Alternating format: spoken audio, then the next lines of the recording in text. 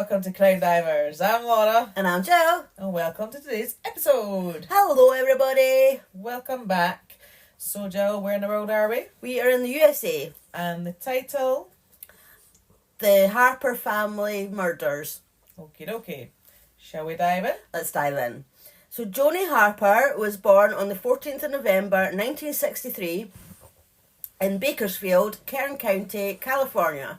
And she was the youngest of 5 children. Joanie was a star basketball player when she attended Bakersfield High School. After graduating, she went to Southwestern Christian College in Texas, and she received an associate's degree, and she later attended Pepperdine University. So all through her education, she kept playing basketball, and she went on to officiate basketball games. And she was actually the first woman to officiate male basketball games in Kern County.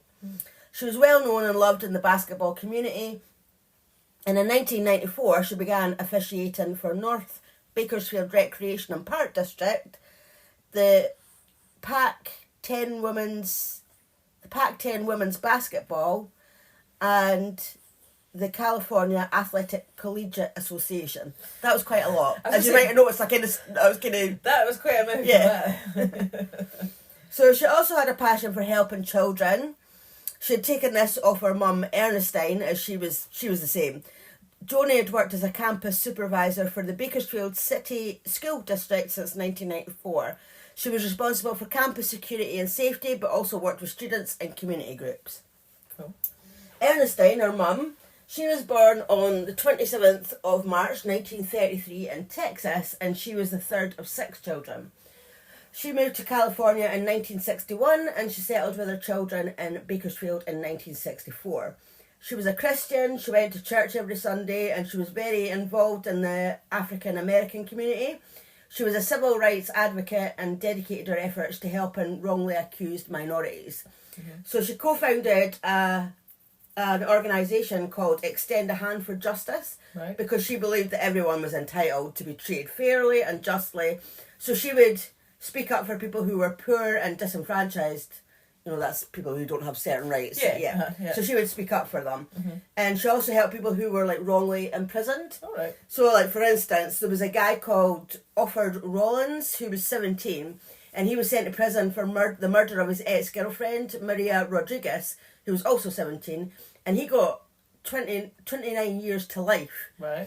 He was African American, and the jury consisted of 11 white people and 1 Hispanic. Right. So Ernestine was one of his supporters who believed he had received an unfair trial, mm-hmm, and she worked to get him a new trial, and this ended in a hung jury, and the state dropped the charges, and he was released after 4 years since his conviction. Right, okay. So obviously there's a lot more to that case, but course, that's just an example of what Ernestine did to help others. Yeah, uh-huh. You know, just paint a picture of what kind of family this was. Uh-huh.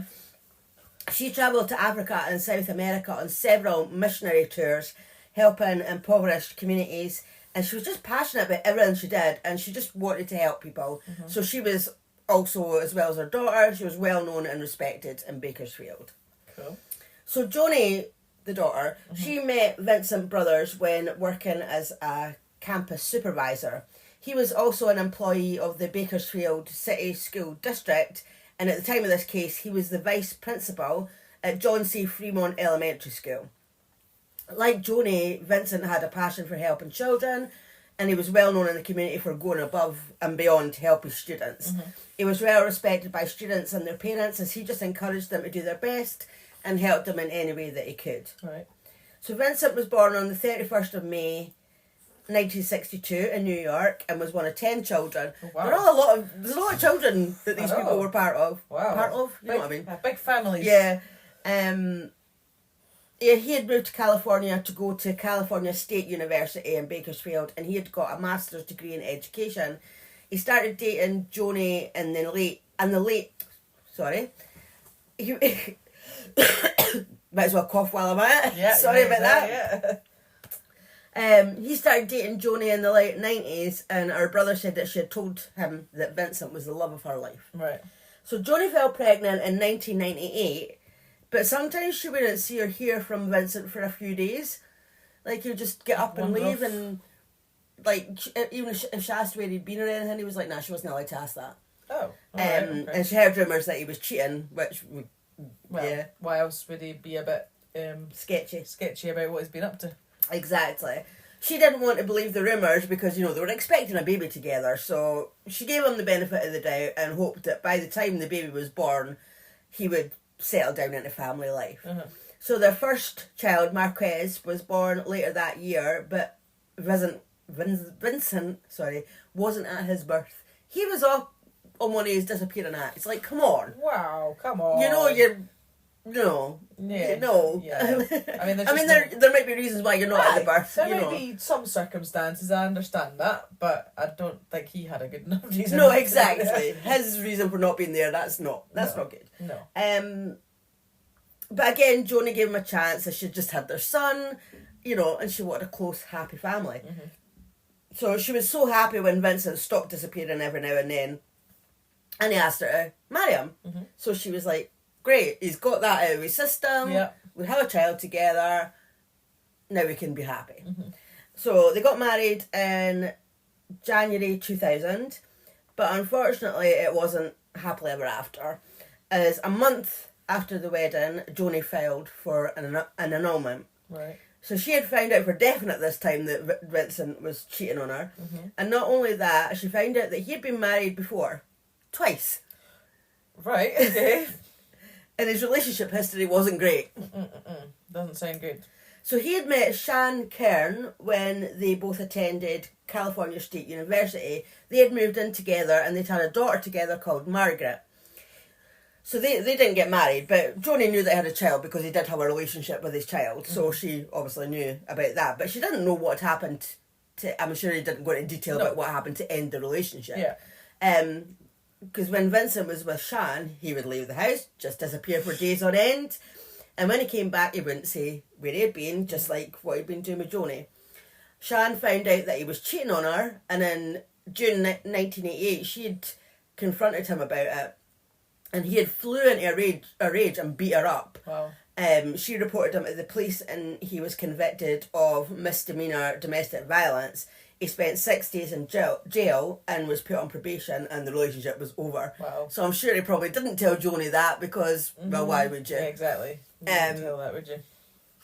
So he then met Angela Richardson, and they got married, but the marriage didn't last long and they were divorced a year later. Mm-hmm. He was then married again in 1992. So he had split up with Shan in 1988, and then between then and 1992 he'd been married twice. Wow. So, they were quick marriages. Uh-huh. He was only married to his second wife, Sharon, for 4 months before she filed for divorce. Right.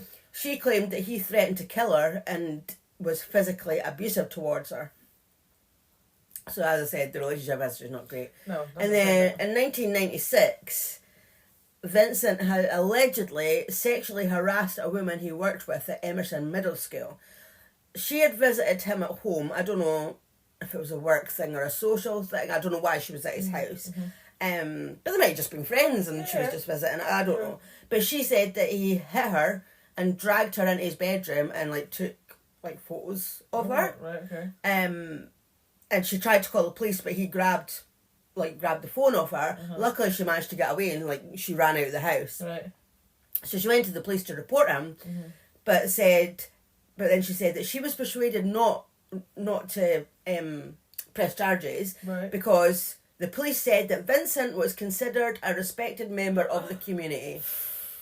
That's awful. That is bad, isn't it? Yeah, I've seen that. I don't give a shit what he is. It could be the king of the country, but do you know that if he's done wrong, I also have that feeling in the world as a whole that if you're somebody that may be in a certain position, then you get away with stuff. Yeah, I feel like there's probably loads of stuff that people that are either well known in the world or just well known in their communities. That they probably have got away with stuff because of who they are and who they know and all the rest of it. And that just sounds like a typical example of he was well respected. The police must have been aware of him already. So they were just like, nah, you can't. Yeah. And that's awful. It doesn't matter who you are, what position you may hold. If you've done wrong, you need to be punished for that. Or at least investigated to prove, at least that. Unfortunately, that's not how the world works. And how many people are getting away with this stuff, even like now. We know that. Like the people very much high up in places, we're not going to accuse anybody. Yes, I know. But people high up in places, the amount of them that are getting away with whatever the hell they want. Look at people who who we found out about, like Jimmy Savile. Yeah. He was well respected. Yes. And he was Did a lot for charities and stuff. yeah, and he was a sex offender. Yeah. And then you've got people like that guy in Hollywood that, what was he? Harvey Weinstein, or whatever his name was. He was abusing his power, you know. So Jeffrey Epstein. Yeah. Well, Prince Andrew here in the UK. Yeah. Well, he hasn't been. Well, he hasn't, but he's been involved in stuff that was kept quiet. I mean, we don't want to accuse people who haven't been. No, I mean, that's why I'm saying Jimmy Savile. We didn't find out till after he died, but you know, we don't want to be accusing people. But yeah, I mean, it just goes to show that a lot of things get covered up. Yeah, exactly, which is terrible because there are poor victims out there that maybe feel like they can't report it, or like in this case. They've tried to and was told, no, go away. I know, that's awful, isn't it? You tried to report that you have been sexually assaulted, and they're like, nah. You know, the police are supposed to be totally not on anybody's side, you know what I mean? They're there to uphold the law and to be there for, you know, things like this. So it doesn't matter who you're accusing or whatever.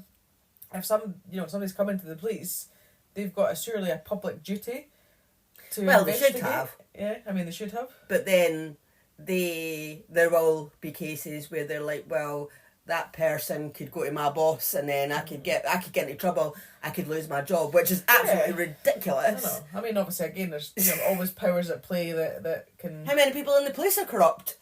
Oh yeah, that is true. Let's not start bashing the police, but we're going down this rabbit hole. That's the thing. Like, you really could go down a rabbit hole. I mean, like the amount of stuff that sometimes I've kind of had to stop reading because I've read stuff about certain different people, who are well known and all this, and apparently they've done this, apparently they've done that, and it's like I need to stop reading now because it could be endless. Yeah. So anyway, so that's what happened there. Unfortunately, that was horrendous. And even after that, you would think he would maybe learn his lesson and think, right, I should really stop doing this. But no, he still continued to harass this woman. Right. And he would phone her inappropriately at work, and he would make did I just say he would phone her? I never meant that. He would touch her inappropriately at work, and he would make threatening phone calls. That's why I got mixed up there. There was a phone in there. There was a phone. Yeah, he would make threatening phone calls to her and touch her inappropriately, and she actually ended up taking a leave of absence because she just she was scared. She was I guess she couldn't turn it anywhere because she'd already tried. Well, she'd already tried, yeah. So she probably felt a bit helpless, and what could she do? Well, I mean, she did report him to the school district, right? And they investigated the allegations. But of course, Vincent denied everything, and there's no record that he was ever disciplined. Right. But he was transferred to another school. So it's like, okay, you didn't discipline him, but you transferred him to another school. Why did you transfer him? Why did you do that? Exactly. Yeah. That's so convenient. That's a bit sketchy. Definitely. I feel like I've used that word a couple of times. I've never used that for years. I know. Sketchy. But it was. Yeah. I mean, let's say, why would he all of a sudden be transferred? Exactly.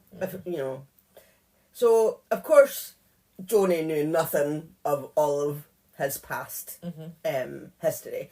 And they continued to have like a sort of on-off relationship after the annulment. But he would beg her to take him back, and he would promise things would be different. But of course he didn't change. He would be back to disappearing for days on end, and he would cheat on her. And in 2001, Joanie fell pregnant again, and she gave birth to a little girl called Lindsay. And again, Vincent wasn't at the birth, obviously off gallivanting, doing God knows what.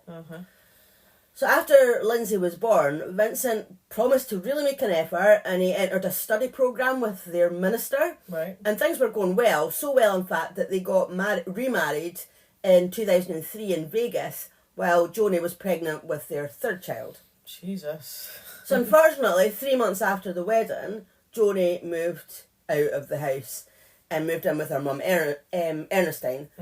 And I'm assuming it must have been down to his cheating and whatnot. Yeah. Well, it makes me feel so lucky though, because I'm like, that just seems like a whole lot of upset and unrest and just, backwards and forwards, together, not together, married, no married, married, more kids. It just seems like a total... I know, and you can just see that all she wanted was just for the father of her children, to be there and to be in a relationship, like just to have a happy, close family. That's all she wanted, and she was giving him chance after chance, but he was just an absolute prick. Yeah. Well, that's a word I haven't used for a while as well. Is this the day of using words we haven't used for a while? Yeah. I have to think of other words I haven't used for a while, just to get them in there somewhere. But yeah, I just think it's terrible. Cause obviously, I can't know from personal experience because I've been in a pretty nice, steady relationship that's nice and easy, and obviously, ups and downs and stuff like that, but nothing like that. It just seems like it would just be awful. It's like really unsettling, I think, just constantly kind of wondering where he is, or is our relationship going well, is it not going well? Then is it to go and get married, then to not be married, to be married, have kids? I mean, it just sounds like such a lot of... Like, that's about all that effort that seems to be put in for nothing at the end of it. I know. For it not to work out. And it just... That must take a lot out of somebody to do that, especially when you've got kids involved as well, because that would be tiring enough. It just seems like crazy. That's the thing, though. Like, I think a lot of the time people do that for the sake of the kids. If there wasn't kids involved, then maybe it wouldn't have maybe they'd be like, do you know what, do one. But when there's kids involved, it's totally understandable why you just like, just be a family with me, But I mean, she must have obviously loved him like a lot to put all that effort into trying to make things work. Yeah. So now that Vincent wasn't living with him anymore, Joanie asked him for child support. Of course. He turned up now and again to help out with things like decorating and DIY bits, but they had no set agreement. So he wasn't seeing the children very often, and he would just turn up when he felt like it, and he wasn't paying child support. Mm-hmm. Of course, Joanie needed the financial help. They had 3 children, one of them just a few weeks old, so she couldn't go out and earn the money. No. So she needed him to support them. Mm-hmm. So she told Vincent that if he didn't help out more, then she would have to file legal papers to make him pay. I mean, she was doing everything. She was like, look, I'm trying to be reasonable. Yeah, exactly. We don't need to go down that route of, the legal route. If you just help out, support your children. Yeah, exactly. Pay for your kids. So she was giving him the chance, but... So Joanie told a friend about that conversation, and she said Vincent got angry and she was scared that he, quote, might try and get rid of me. Oh. So she tried to get on with solo parenting as best as she could. I mean, luckily her mum, Ernestine, because remember she's living with Ernestine, she was a great help, and she did all that she could to make it easier for Joanie. Mm-hmm. So on the 5th of July 2003, Vincent was in Ohio for the weekend visiting family, but his daughter Margaret and her mum, like his ex Shan, they all got on well, so like they'd went to visit Joanie and the children, because remember this is Margaret's half siblings, so newborn baby, they got to visit the baby. So Margaret was telling Joanie about her recent, she'd just graduated high school, so she was telling her about her graduation, and Joanie had asked Shan, the mum, I said, oh, did you get any of these photos of Margaret and her dad? And Shan was like, what? Like, Vincent wasn't at the graduation. But yet you told Joanie that he had been at the graduation, so obviously he's off cheating again. I mean, like, at this point they were, as I said, like, she'd moved out, they were on off. Obviously wasn't they bothering about lying and then clearly not realising that Shan and Margaret were close enough that she would discuss that. So, yet again, he'd been away and lied about where he'd been, and Joanie told Shan that she was going to call him later to confront him, because remember, he's in Ohio. Right, yeah. So Joanie and her mum, Ernestine, spent a lot of time at church, and when Marshall, the baby, was a few weeks old, Joanie decided to take him to meet the congregation, because they'd all been asking to meet him. Yeah. So on the 6th of July 2003, Joanie and Ernestine took the 3 children, 4-year-old Marquez, 2-year-old Lindsay, and 6-week-old Marshall to the morning. That's young, a lot of young kids, and the gap's quite small. 4, 2 and 6 weeks, I know. That'd be hard work. I couldn't. No. I mean, she's got great support from her mum, but... I couldn't even cope with one. But I couldn't cope with the 4-year-old. Exactly. I mean, one for me was definitely bad enough. Never mind anymore. No. Anyway, so they went to the morning service. Afterwards, they met some friends for lunch, and then they went home. So every Sunday, they would go to church in the morning, In the afternoon, they would have a nap, all of them, and then they would go back to church for the evening service. So that was their normal Sunday. So I don't know what had been happening in the past. I don't know if they'd had a babysitter before, or if Joanie hadn't been going, because Marshall hadn't been to the church yet. So this is the first time they were taking Marshall. Yeah. But anyway, that was their normal routine. But that day, the Harpers didn't turn up for the evening service. Their friends found it a bit odd, as they never missed church. But of course, Joanie did have a newborn and 2 small children. Maybe they were just too tired. Yeah, or unwell or anything. Yeah, exactly. You know, I'm sure they were like, I'm sure there'll be a reason for it. But 2 days went by and nobody heard anything from either Joanie or Ernestine. So friends and family tried phoning them, but there'd been no answer. So on the Tuesday, Joanie's friend Kelsey decided to go to the house and sort of see what's up. So she arrived at 7 a.m, which I was like, whoa. That's early. I know. See if somebody came knocking at my door at that time in the morning, I'd be like, excuse me. Get to come back at a more reasonable hour. But I think that she must have just been really worried. 7 a.m. She knocked on the door, but no one answered. She walked to the side of the house to where there's a patio door, and surprisingly it was unlocked. So she kind of opened it and shouted out, is anybody in? But the house was silent. So she walked into the hallway and she saw 70-year-old Ernestine's body on the floor. She had been shot in the face at close range. Oh, God. Kelsey ran to find 39-year-old Joanie, and as she looked in her bedroom, she saw Joanie's body on the bed. So then she got the phone and called 911. So police arrived and saw Ernestine's body in the hallway with a gun next to her hand. They then went into Joanie's room and saw that Joanie was face down on the bed and had been shot multiple times in the head, chest and back, and she'd also been stabbed in the back. Right. 4-year-old Marquez was lying next to his mum. His eyes were wide open and had been shot once in the head. Oh, God. 2-year-old Lindsay was at the foot of the bed, lying on her side, and she'd been shot once in the back. And their bodies were covered with sheets and pillows. Right. And 6-week-old Marshall was also next to his mum, and he was underneath a pillow, and he had been shot in the back. Oh, God. So police determined that they'd all been having a nap on the Sunday afternoon. Then Ernestine was woken up by either hearing gunshots or from hearing someone enter the house. She had grabbed her gun, came out of her bedroom into the hallway, but as her gun hadn't been fired, she must have been shot before she had a chance to defend herself. So they examined this crime scene and they could see that the women's handbags had been turned upside down, and it looked like the home had sort of been rifled through. Like a robbery. So whoever had done this had tried to make it look like a robbery. But the police obviously knew that it wasn't. I mean, who's going to rob a house and kill 3 kids and 2 adults? Well, especially the kids, because what threat are the kids going to be to you? You know. Exactly. And plus, the children were all covered up, which is a sign of the murderer knowing them. Yes. Also, the gunshots had killed Joanie, but yet the killer had gone into the kitchen, got a knife, and then stabbed her several times, even though she was assuming she was already dead or she was dying. The gunshots were enough to kill her. Yeah. But she was probably dead, and the killers went and got a knife out of the knife block and stabbed her. So a random stranger robbing a house surely wouldn't do that. No, you wouldn't think so.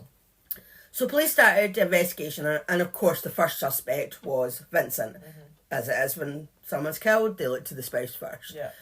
So they were told that Vincent had been in Ohio since the previous Wednesday, when he had flown out there to spend the 4th of July weekend with them. With his family. So while they were trying to track him down, police started questioning members of the community, and soon found out about Vincent and Joanie's rocky on-off relationship. So they needed to find him as soon as possible to find out if he really had been in Ohio. I know, because allegedly that's where he was, but... Yeah. So members of the community, friends and colleagues, were really surprised to hear that he was a person of interest, as they obviously didn't know anything about his past relationships with women. And they all knew him as a well-respected member of the community, the vice principal of one of their schools, the man who went out of his way to help other people. There was no way he could have killed his family.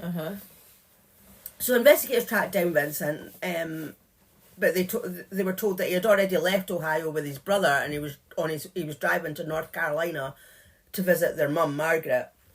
The police actually, because obviously they wouldn't be able to get a hold of him on the road because he mustn't have had, I mean, it was 2003 right enough, but he mustn't have had a phone. Maybe he didn't have a phone. But... So the police told his mum that her daughter-in-law and 3 grandchildren had been murdered, so she had to tell Vincent when he got there. And she said he was hysterical and she had to calm him down as investigators were on their way to question him. But he refused to speak to the officers and told them that he'd hired an attorney, so he'd only speak to them when his attorney was in attendance. So eventually he went to the police station with the attorney and he was questioned. So Vincent told them that he had flown to Columbus, Ohio on Wednesday the 2nd of July, and when the police checked, he had been captured on CCTV when he arrived at the airport, the Columbus airport. He rented a car, a blue Dodge Neon, and he drove to his brother Melvin's, who he hadn't seen in over 10 years, and spent the weekend there with Melvin and his other brother, Troy, who he had flown in from New York. So he said that him and Troy had driven around Ohio on the Saturday and Sunday looking at various state colleges as Vincent was thinking about applying to one of them to continue his graduate work. Right. And then they drove to their mum's in North Carolina. I'm not sure whether it was like the Monday night or the Tuesday, because they were still travelling on the Tuesday, so I don't know how long it takes to get there. So that was his alibi. He couldn't have, because he was on the Sunday, he was with his brother. So during the investigation, the funerals for Joanie, Ernestine, Marquez, Lindsay and Marshall were held. There were only 4 coffins as baby Marshall was put into Joanie's arms in her coffin. Oh. I know, it's awful, just thinking about it. Yeah, that is awful. Vincent attended and sat in the front row and cried and totally played the part of the grieving widower, and nobody, not even Joanie's siblings, thought that Vincent was responsible. Right. Because remember, he had an alibi. Oh, yeah, exactly. At this moment in time, you have to believe that's where he was and what he was doing. Yeah, but at the crime scene, detectives found a piece of a latex glove on Joanie's handbag, and when they tested it for DNA, it matched Vincent's. Right. So had Vincent murdered his family? Like, had he somehow managed to get back to Bakersfield undetected on that Sunday? So detectives checked his credit card and bank records, and they saw that Vincent had used his credit card in and around Columbus, Ohio over the weekend, so he couldn't have been in Bakersfield. Calls from his... he did have a phone, because calls from his mobile phone also placed him in Ohio on the day of the murders. Maybe the police didn't phone him while he was driving, because that's not really something that you want to tell somebody over the phone while they're driving, that their wife and children have been murdered. And maybe back then, like things like hands... Although you probably would have been allowed to be on your mobile phone back then. I don't think it was banned. I don't even know if it's still banned in America now, to be honest. No idea. But anyway, that's not a big deal. So calls from his mobile phone also placed him in Ohio on the day of the murders. So he couldn't have done it. Yeah, I mean, right? It sounds like it, but I mean, you know. But then they checked the security footage from some of the places that he had used his credit cards, right, and saw that it wasn't him at all. It was his brother Melvin. So police guessed that he'd given Melvin his phone and credit card to prove that Vincent, had an alibi and that he'd been in Ohio the whole time. So he had it planned then. Well, it was a spur of the moment thing, was it? Well, it's not spur of the moment when you give somebody your mobile phone and your credit cards and then drive all the way back to Bakersfield. Well, exactly. So investigators then decided to look at the car. No, sorry, missed a paragraph out. Vincent was under surveillance the whole time the investigation was taking place, because right from the start, I mean, even though he seemed to have the alibi in the room, they were still keeping an eye on him. Yeah. So, and detectives discovered that he was planning on leaving town because he was selling all his belongings and he put his house on the market. Like, nothing like acting suspicious there. Like, I know, like, why would you be like, I'm just going to get out of here. Like, yeah.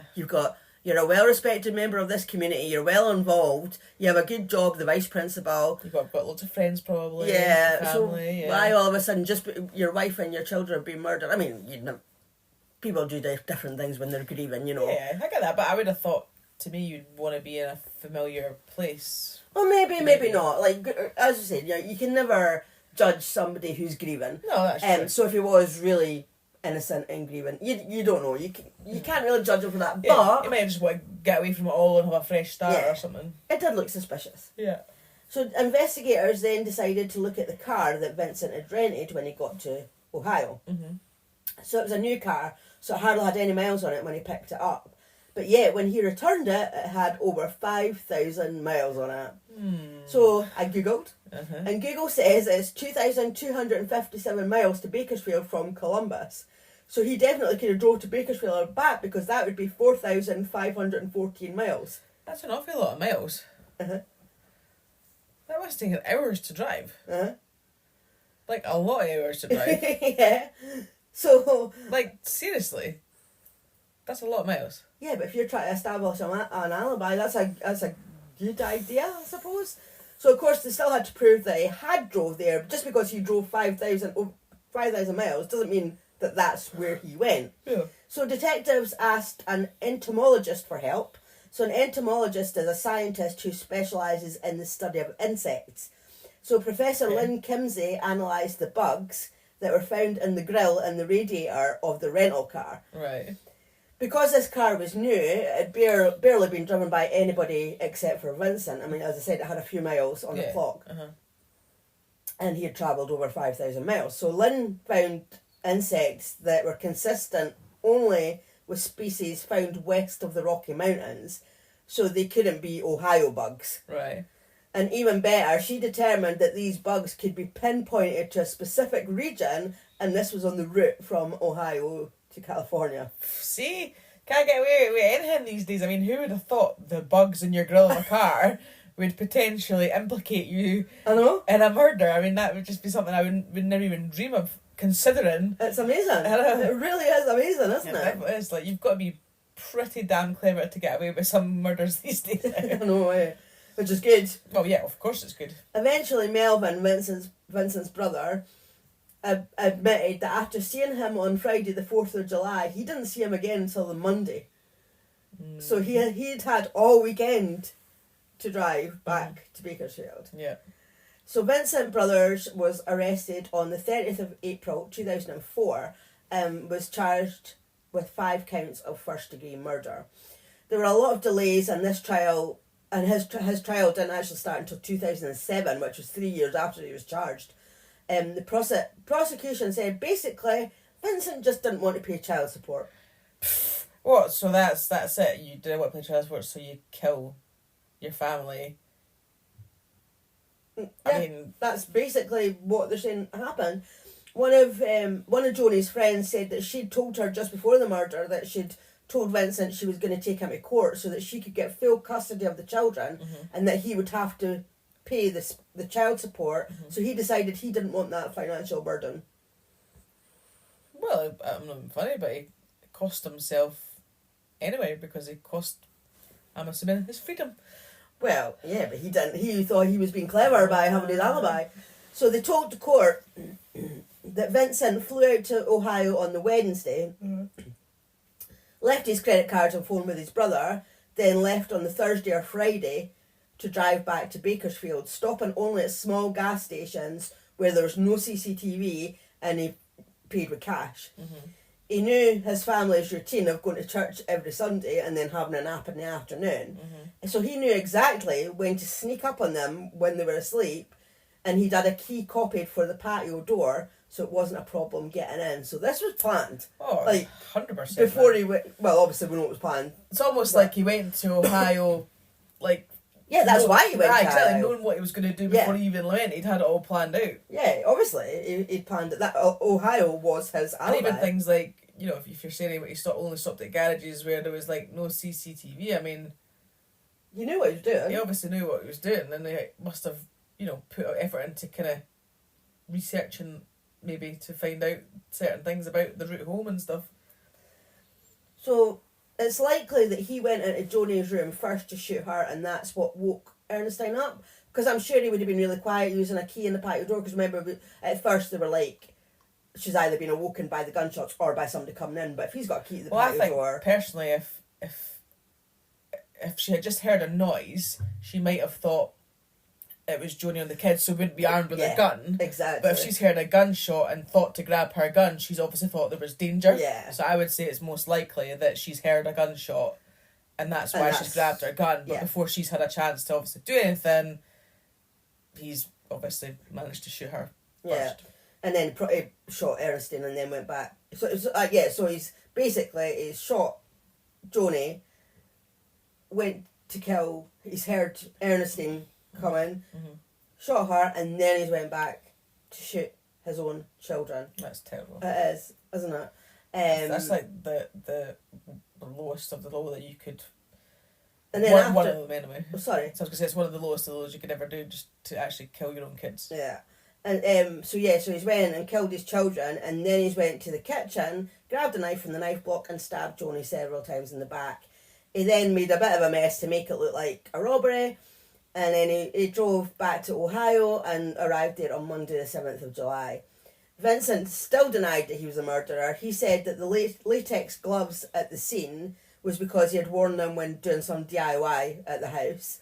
He said the reason that his brother had his credit card was because his brother was, he was a bit skint, so he was just letting him buy some stuff on his card, like nothing to do with setting up an alibi. He was just being a good brother. Remember, he hasn't seen his brother for over 10 years. Well, aye. So why would you... I'm sorry, but if I hadn't seen you for over 10 years, I'd be like, who do you are asking? I'm not going to give you money. Exactly. Like, hello, spend some time with me. I'm not handing over my credit card to you for you to go and spend willy-nilly. When I've not seen you, when we've not made an effort to see each other in 10 years. Well, exactly. No. No thanks. No chance.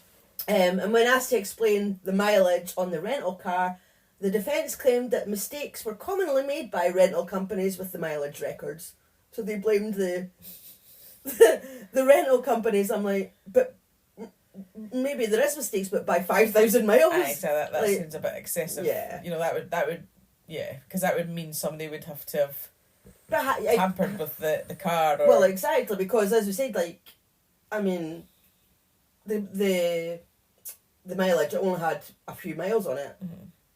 And then all of a sudden it's got like over 5,000 miles on it. He's the only one that's rented it out. Yeah, that's not a mistake that would be made. No, sorry. Definitely not. So on the stand, Vincent lied over 40 times and he just kept getting caught out over and over again, so that just didn't go well. Mm-hmm.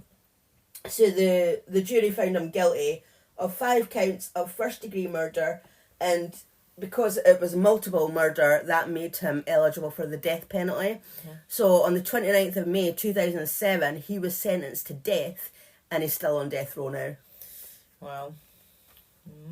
And so he should be. Well, yeah. Just keep him there. Don't bother killing him, just keep him there, and he can live the rest of his days in prison. Exactly, because he doesn't deserve any kind of freedom after that. No. Let's say, I mean, obviously any murder is bad, but I just think killing your own kids, that's young. I mean, not at any age is the thing, but I mean, just so young, defenseless, innocent. I know. What? Because you didn't want to pay to support them. Like, that's ridiculous. It really that is. Really is ridiculous, and that's just such a non-reason to ever do anything like that. I mean, if you're gonna have kids, and you've got to take responsibility for your kids. Unfortunately, well, not unfortunately, but no, yeah. I mean, I know what you mean. You know what I mean? Like, you've got to stand up and you should want to. Well, exactly. Provide for your children. No, that's and if he's a well-respected guy, he had obviously a decent job as being a teacher. Then it's not like he didn't have the money to. And he liked to help children. So why was he not helping his own children? Exactly. Like, he worked in the education system where he would teach kids and stuff like that. So Well, I said he would go above and beyond for children. I mean, sometimes he would even walk his students home, to make sure they got home okay, or just to spend a bit more time with them. Maybe if they were having problems, just so they could have a chat. Maybe out with the school environment, like. You're having problems, like, you can talk to me. Yeah. But yeah, he couldn't even keep his own children alive. And he didn't want to support his children. Yeah. It's absolutely horrendous. Well, he's totally robbed them of a life that they deserve to have, and that's just despicable. Like, that's just... It is absolutely horrendous. Exactly, and... I mean, I don't know how he can sleep at night, whether he does or not. I mean, I don't know. In a prison cell at the moment. Exactly, but I don't know how, that's just... And I mean, to me, it just sounds so premeditated as well. Like, it was. It's not even like it was a heat of the moment thing. Like, he's actually planned that massively to go and do that. So that's he's actually thought out how he is going to kill his 4-year-old, his 2-year-old, and his 6-week-old. Yeah. He's thought about how he's going to do. He had all that time that he's planned it, and then he's flew to Ohio, and then he's driven however many hours it takes to drive. I never allowed to see how long it took. but basically he's had all that time to think about it, and he still went ahead and done it. Exactly. And all because he didn't want to pay a bit of child support. Unreal. Which is no absolutely just pay for your children. If you're going to have children, just pay for them. Well, exactly. That's Take responsibility. I know. Give them a life that they deserve at the end of the day. Of course. Obviously, we know relationships don't work out, between, people, but, your kids, they still deserve the best that they can get. So, it shouldn't matter, if you're not in a relationship with the mother or father of the child, just, do the right thing and do you know how many times you said you know? I know.